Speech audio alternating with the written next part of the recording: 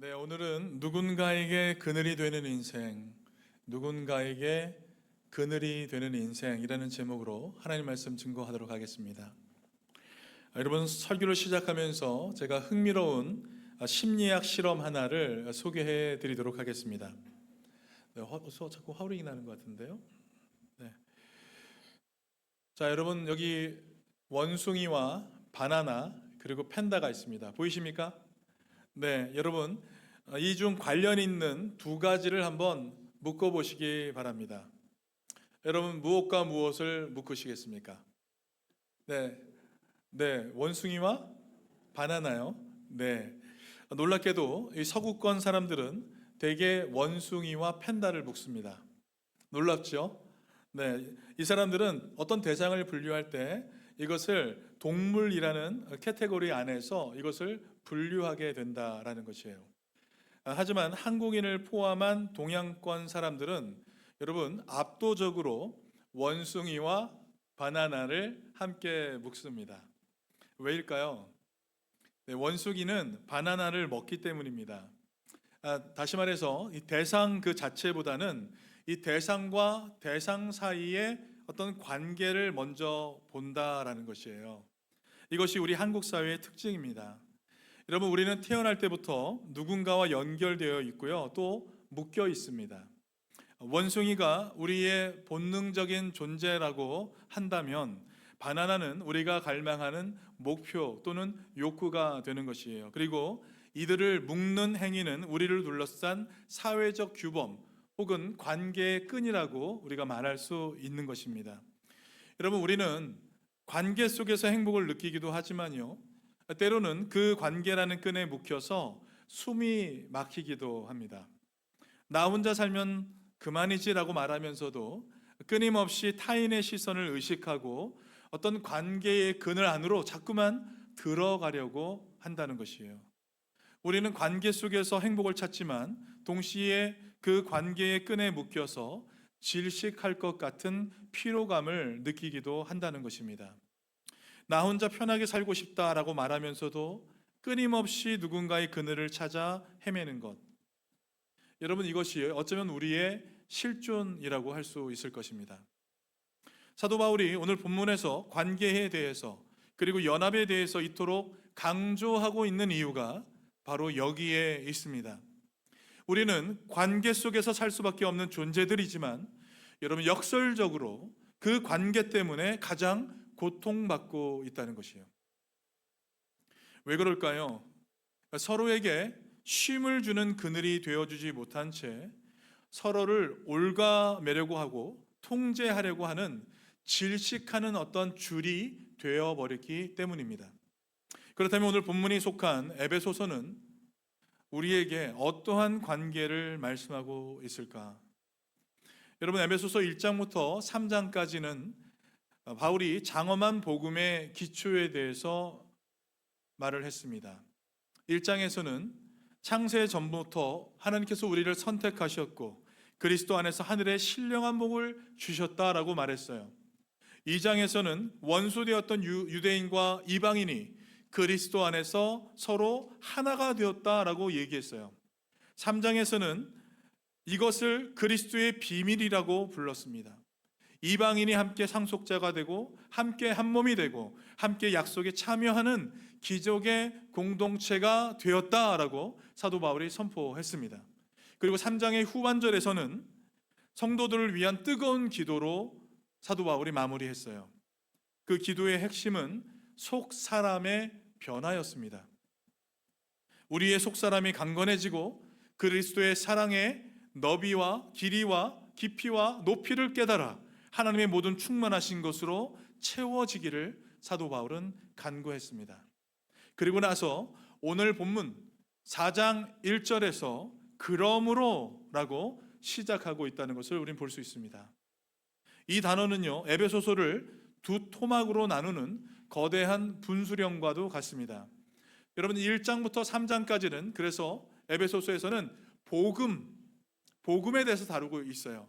우리가 무엇을 믿을 것인가, 이것에 대해서 다루었다면, 이제 4장부터 6장에서는 복음 생활, 이제 어떻게 살아갈 것인가에 대해서 말하고 있다라는 것입니다.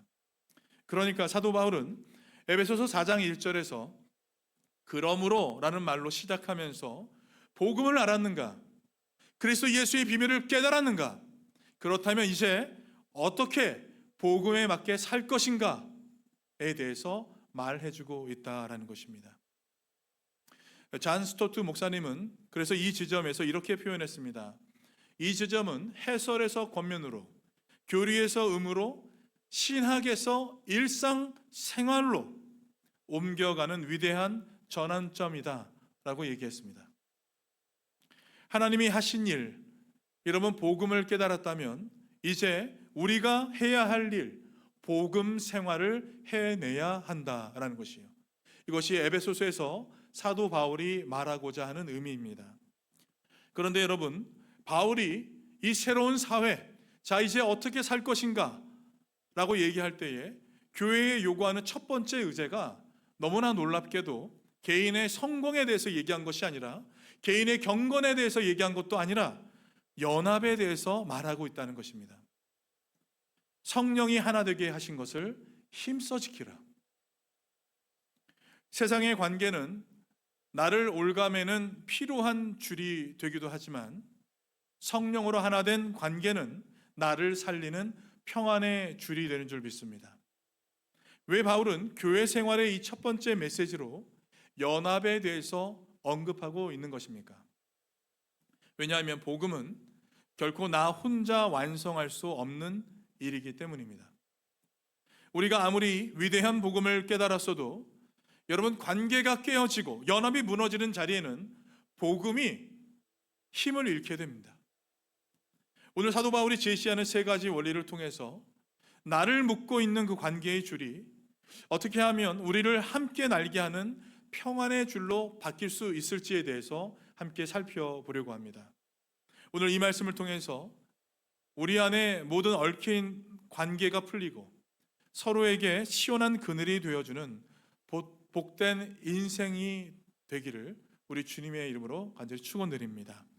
먼저 첫 번째 말씀은 복음은 신분을 바꾸고 신분은 삶을 바꾼다는 것이에요.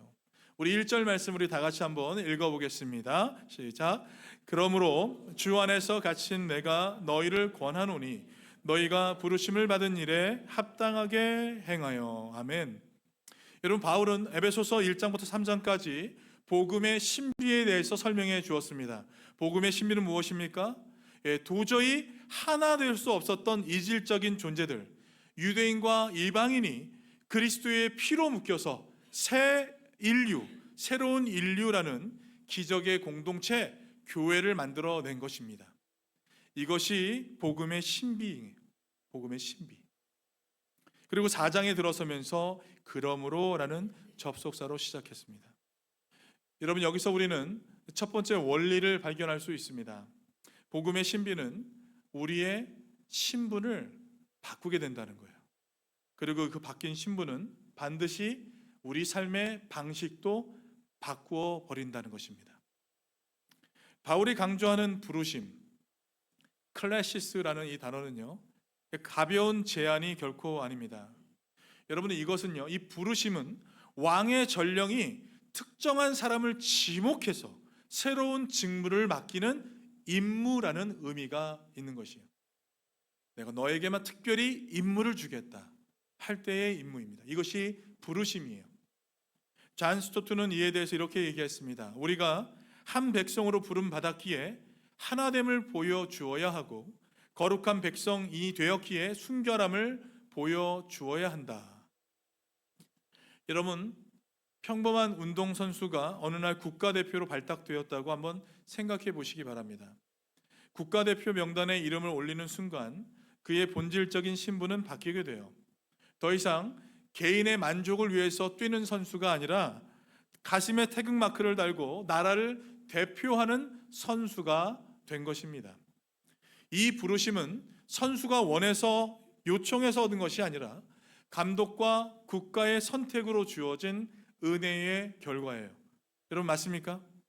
네, 우리 역시 죄의 종에서 하나님의 자녀라는 천국 국가 대표로 우리의 신분이 완전히 바뀌어진 줄 믿으시기 바랍니다. 사랑하는 성도 여러분, 혹시 오늘 이 자리에 앉아 계시면서도 나는 아직 국가대표가 될 자격이 없는데, 그렇게 생각하시는 분이 계십니까? 나는 오늘 내 발로 예배당에 그냥 찾아왔을 뿐인데 라고 생각하시는 분이 계십니까? 여러분 기억하시기 바랍니다. 우리가 하나님을 찾아온 것이 아니라 하나님이 먼저 우리 이름을 부르신 것입니다. 우리가 오늘 여기 앉아 있다는 사실 그 자체가 어떻게 보면 이미 하나님의 부르심은 시작되었다라는 것입니다. 삶의 무거운 짐을 지고 혹은 호기심에 이 자리에 오셨을지라도 그것은 우리를 천국 국가대표로 임명하시려는 우리 하나님의 세밀한 작전이라는 것을 여러분 받아들이시길 바랍니다. 우리의 신앙이 완벽해서 이 자리에 온 것이 결코 아닙니다. 모든 준비가 완벽하게 다 되어서 온 것도 아닙니다. 여러분, 하나님은 언제나 준비된 사람을 부르시는 것이 아니라 부르신 사람을 준비시키시는 분이십니다. 여러분 믿으십니까? 우리는 준비되었기 때문에 불러지는 게 아니에요. 하나님이 부르시고 준비시키시는 거예요. 오늘 마음속에 나는 아직 자격도 없고 준비도 되지 않았습니다. 나는 하나님과 거리가 먼 사람입니다. 이런 생각이 들었다면 여러분 바로 그러한 생각 때문에 하나님이 우리를 이곳에 부르신 것입니다. 삶이 힘들어서 이 자리에 왔을 수도 있어요. 방향을 찾지 못해서 이 자리에 왔을 수도 있습니다. 그저 호기심으로 왔을 수도 있어요. 그러나 성경의 관점으로 보면 그 모든 과정 뒤에는 누가 계신 거예요? 우리를 여기까지 이끄신 하나님의 손길이 분명히 있는 것입니다. 우리는 오늘 단순히 종교 건물을 방문한 손님이 아닙니다. 온 우주의 통치자께서 우리를 하나님 나라 백성 삼기 위해 우리의 고단한 인생을 시원한 그늘로 만들어 주시기 위해 특별히 지목하여 부르신 귀한 존재라는 것을 여러분 믿으시기 바랍니다. 그러므로 하나님의 부르심을 인정하시기 바라요. 그것이 가장 복된 길이며 가장 쉬운 길이 될 것입니다. 여러분 하나님의 부르심에는 결코 실수가 없으십니다. 주님이 당신을 부르셨습니다. 여러분 믿으십니까? 좌우에 계신 분들과 한번 그렇게 인사하시겠습니다. 주님이 당신을 부르셨습니다. 주님이 당신을 부르셨습니다. 아멘. 여러분 바울은 이 신분에 대해서 이 부르심을 받은 사람들에게 대해서 이렇게 얘기해요. 합당하게 행하라 라고 권면하고 있어요. 합당하게 행하라. 여기 행하다라는 단어는요 페리파테오라는 단어예요.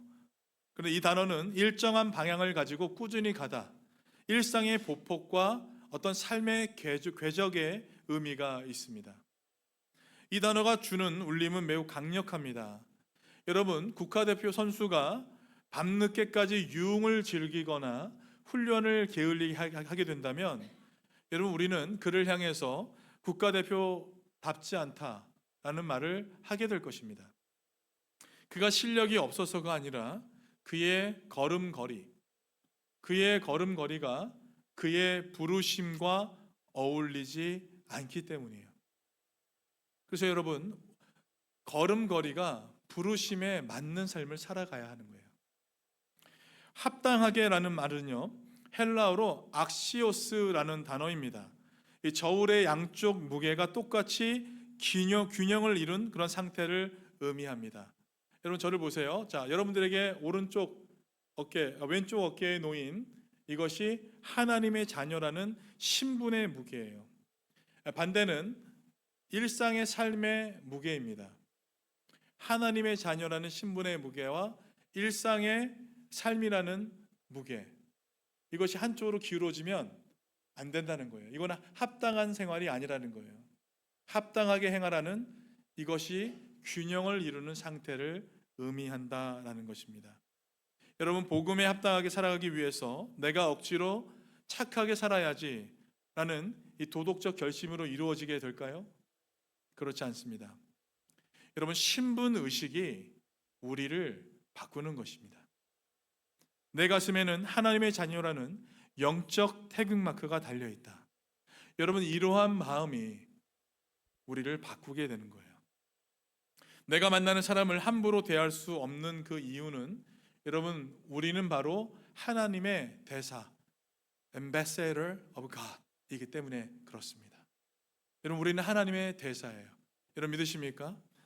거친 세상 속에서 우리가 품격 있는 여유와 그늘을 내어줄 수 있는 에너지는 내 인격에서 흘러나오는 것이 아니라 나를 불러주신 그 부르심의 고귀함을 깨달을 때 비로소 내 안에서 흘러나오게 되는 것입니다. 여러분, 우리의 매일의 걸음걸이가 우리의 고귀한 신분을 증명하고 있는지 여러분 돌아보시길 바랍니다. 복음은 우리에게 행함으로 구원받으라 라고 말하지 않았어요. 구원받은 신분에 걸받는 보폭을 걸으라. 구원받는 신분에 걸받는 보폭으로 걸으라 라고 말하고 있다는 것을 여러분 기억하시기 바랍니다. 이 부르심에 합당하게 삶을 살아내는 저와 여러분의 삶이 되시길 우리 주님의 이름으로 간절히 축원드립니다. 아멘. 두 번째는 연합은 성품에서 시작된다라는 것이에요. 2절 말씀 우리 다 같이 한번 읽겠습니다. 시작. 모든 겸손과 온유로 하고 사랑 가운데서 서로 용납하고. 아멘. 여러분, 바울은 교회를 연합이라는 어떤 거대한 주제를 던진 직후에 조직의 운영 지침이나 효율적인 시스템에 대해서 말하지 않았습니다. 연합해라, 그리고 이렇게 시스템을 만들어라 라고 얘기하지 않았다는 것입니다. 대신에 우리 내면 깊은 곳 성품을 파고들었습니다. 바울은 왜 연합을 말하기에 앞서 성품을 먼저 언급한 것일까요? 여러분, 여기에는 중요한 신학적, 철학적 통찰이 담겨져 있습니다. 여러분, 세상은 어떻습니까? 세상은 문제가 발생하면 구조를 바꾸려고 합니다. 조직 개편, 구조 조정이라는 말로 전체 구조를 바꾸어 버립니다. 그러나 하나님은 구조가 아니라 사람을 바꾸십니다. 세상은 제도를 개선하고 법을 만들면 평화가 올 것이라고 믿습니다. 그래서 새로운 제도를 만들고요, 더 정교한 시스템을 만들고 더 강한 규칙을 만들어서 사람들을 하나로 묶으려고 합니다. 그러나 여러분, 사람을 하나 되게 하는 것은 제도가 아니라 변화된 사람인 것입니다. 이것이 복음입니다. 여러분, 복음은 사람과 사람 사이에 다리를 놓습니다. 서로 다른 배경을 가진 사람들, 생각을 가진 사람들이 억지로 묶인 공동체가 아니라 그리스도 안에서 새롭게 연결된 공동체가 되게 하는 것이에요. 그래서 여러분, 교회는 같은 생각을 가진 사람들이 모인 집단이 아니라 다른 생각을 가진 사람들이 예수 그리스도를 통해서 서로 연합되는 공동체, 이곳이 교회인 줄 믿습니다. 존 스토트 목사님 그래서 이렇게 얘기했습니다. 연합에 있어서 도덕적 자질이 구조보다 더 중요하다라고 얘기했습니다. 여러분, 연합은요, 밖에서 안으로 강요되는 결속이 아니라 안에서 밖으로 흘러가는 경향이 있기 때문에 그렇습니다. 밖에서 아무리 강요한다고 해서 연합되지 않아요. 안에서 밖으로 흘러가는 경향이 있기 때문에 그렇습니다. 본문 2절은 성품에 대해서 나오게 돼요. 여러분, 이 9절에 나오는 5가지 단어는요, 단순한 나열이 아닙니다. 원문의 구조를 자세히 들여다보면 흥미로운 구분을 우리가 발견할 수 있게 됩니다. 2절 말씀 우리 다시 한번 읽겠습니다. 모든 겸손과 온유로 하고 오래 참음으로 사랑 가운데서 서로 용납하고. 여러분, 여기서 바울은 겸손과 온유와 오래 참음이라는 이 3가지 단어를 명사로 쓰였습니다. 제시했어요. 반면에 용납이라는 이 단어는요, 분사, 동사의 형태로 사용하면서 이 3가지 성품들이 관계 속에서 어떻게 역동적인 행동으로 나타나야 하는지를 보여주었습니다.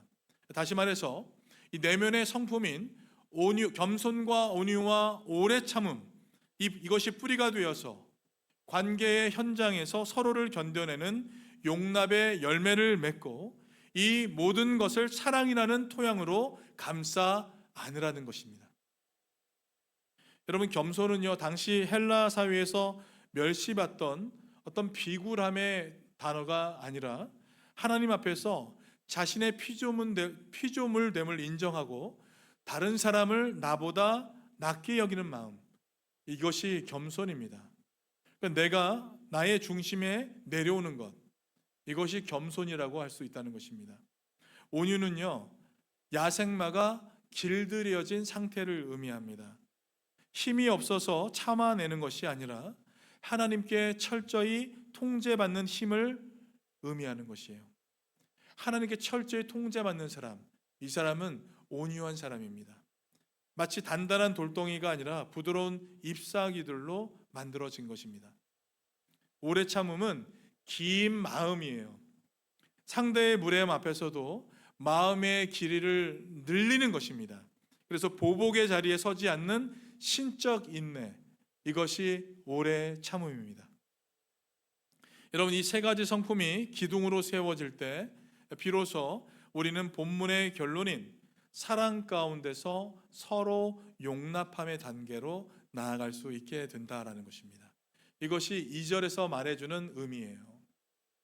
겸손과 온유와 오래 참음, 이것이 뿌리가 되어서 나아가는 것, 사랑 가운데서 서로 용납하는 단계까지 나아가라 하는 것입니다. 여러분, 용납하라 하다라는 이 단어의 헬라어 의미가 상당히 투박합니다. 참아주다, 견뎌주다, 지탱하다라는 의미가 담겨져 있습니다.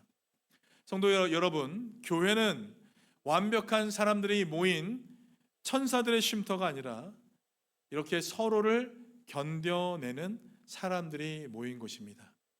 여러분, 우리가 이것을 인정해야 할 것입니다.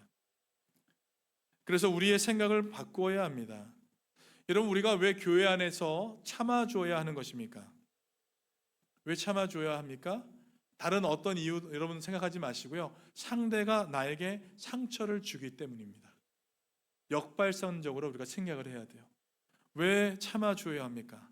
상대가 나에게 상처를 주기 때문입니다. 왜 견뎌야 합니까? 저 사람의 못난 부분이 나를 찔러서 고통스럽게 하기 때문입니다. 그러니까 교회는 상처 주고 찔고 하는 그런 공동체라는 거예요. 그런데 견뎌야 한다는 거예요. 그런데 용납해야 한다라는 것입니다. 여러분, 누군가에게 그늘이 된다는 것은 결코 낭만적인 풍경이 아닙니다. 내 머리 위로 쏟아지는 뜨거운 태양볕과 비바람을 내가 대신 맞으면서 내 아래에 있는 사람이 타 죽지 않도록 묵묵히 버텨주는 처절한 지탱, 여러분, 이것이 용납입니다. 처절하게 지탱하는 거예요. 이것이 용납이에요.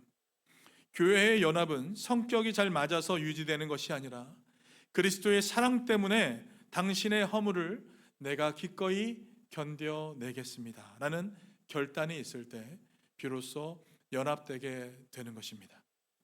사랑하는 여러분, 내 옆의 지체는 내가 그저 좋아해야 할 대상이 아니라 주님의 이름으로 끝까지 견뎌 주어야 할 대상이라는 것을 여러분 기억하시기 바랍니다. 우리는 서로를 끝까지 견뎌 주어야 합니다. 용납이 사라진 교회는 여러분 사람들이 쉬어갈 그늘이 아니라 서로를 판단하는 법정이 될 것입니다. 사실 우리는 여러분 용납이 사라진 시대를 살고 있습니다.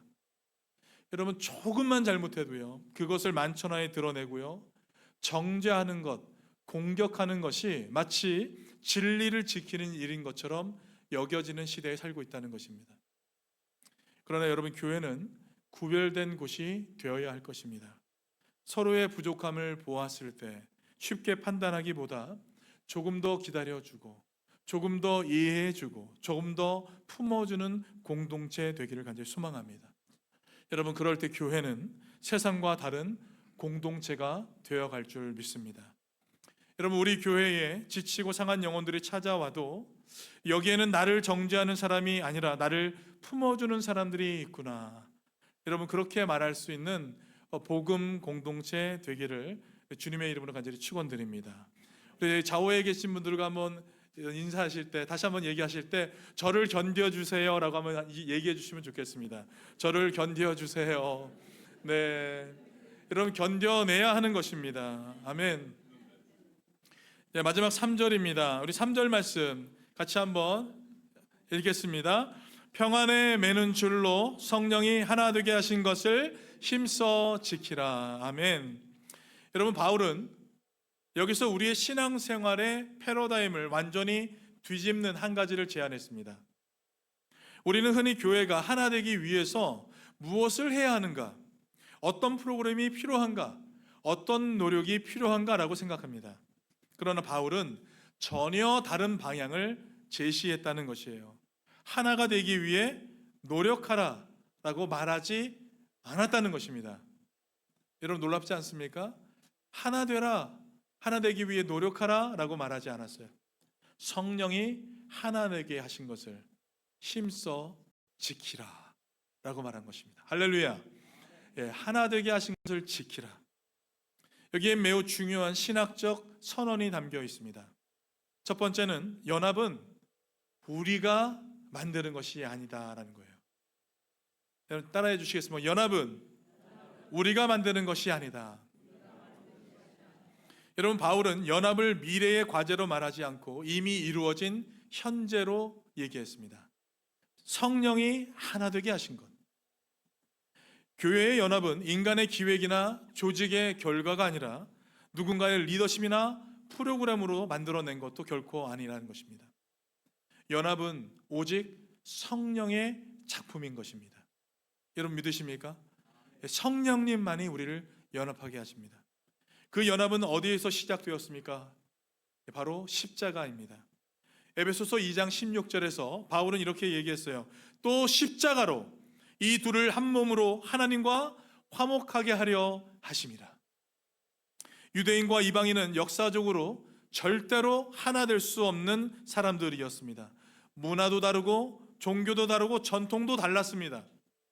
그러나 예수 그리스도의 십자가는 서로 원수되었던 사람들을 하나의 몸으로 묶어버렸어요.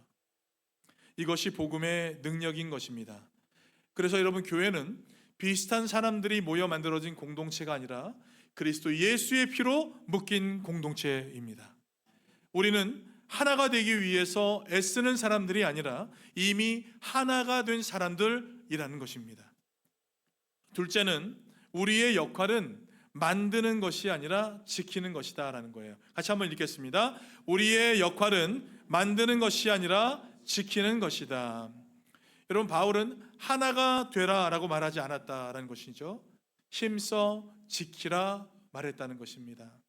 여기서 지키다라는 단어는 헬라어로 테레인이라는 단어예요. 테레인. 무엇인가를 새로 만드는 것이 아니라 이미 주어진 것을 소중히 보존하고 보호하는 것을 의미하는 것입니다. 우리의 역할은 연합을 새로 만드는 것이 아니라 이미 주어진 연합을 지키는 것이다 라는 것입니다. 하나님은 이미 우리를 한 몸으로 묶어 놓으셨기 때문에 그 연합을 깨뜨리지 않도록 노력해야 한다라는 것입니다. 이 일을 힘써 하라고 얘기했어요.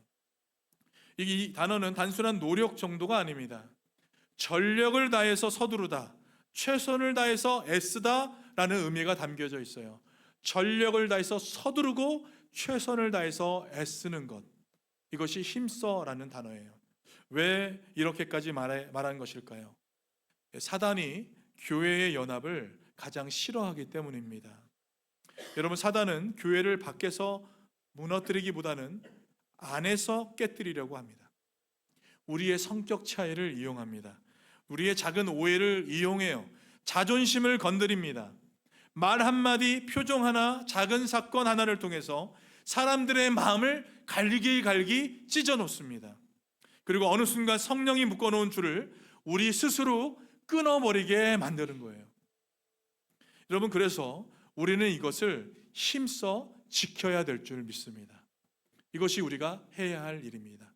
세 번째는 우리는 평안의 줄로 묶인 사람들이다 라는 것입니다. 같이 한번 읽겠습니다. 우리는 평안의 줄로 묶인 사람들이다. 아멘. 여러분, 바울은 연합을 설명하면서 아주 아름다운 표현을 사용했어요. 평안에 매는 줄. 여러분, 여기서 매는 줄이라는 것은 무엇인가를 단단한 묶는 끈을 의미하죠. 교회를 묶고 있는 줄은요, 권력도 아니고요, 제도도 아니고 규칙도 아니고 평안에 매는 줄입니다. 여러분, 평안은 단순한 감정이 아닙니다. 성경이 말하고 있는 샬롬이에요. 그리스도의 십자가로 만들어낸 화해의 평안인 것입니다. 여러분, 우리는 그 평안의 줄로 이미 묶여있는 존재라는 것을 믿으시기 바랍니다. 내가 저 사람과 평안해야 하는 이유는 그 사람이 완벽하기 때문이 아니라 하나님이 이미 우리를 평안에 매는 줄로 한 몸으로 만들어 주셨기 때문입니다. 그래서 우리는 서로를 선택해서 같은 공동체가 된 것이 아니라 하나님이 묶어 놓으신 공동체라는 것을 여러분 받아들이시기 바랍니다. 그래서 우리가 해야 할 일은 서로를 자꾸만 바꾸어 버리는 것이 아니라 성령이 묶어 놓으신 이 줄을 끊지 않는 노력인 것입니다. 그것이 바로 성령이 하나 되게 하신 것을 힘써 지켜내는 삶인 줄 믿습니다. 여러분, 성령이 하나 되게 하신 것을 힘써 지키는 우리가 되기를 간절히 소망합니다. 여러분, 지켜내시기 바랍니다. 누가 감정의 말을 하고 내 감정을 건드린다 하더라도 이것을 끊지 않도록 버티시고 인내하시고 힘써 지켜내는 우리 모두 되기를 간절히 소망합니다. 말씀을 맺겠습니다. 여러분, 부르심에 합당한 삶은 무엇입니까? 부르심에 합당한 삶, 그리스도의 삶 성품으로 서로를 견뎌내며 성령이 묶어주신 연합을 지켜내는 그늘과 같은 인생이 되는 것입니다. 설교를 마무리하면서 저는 심리학적 실험을 하나 더 소개해 드리려고 합니다.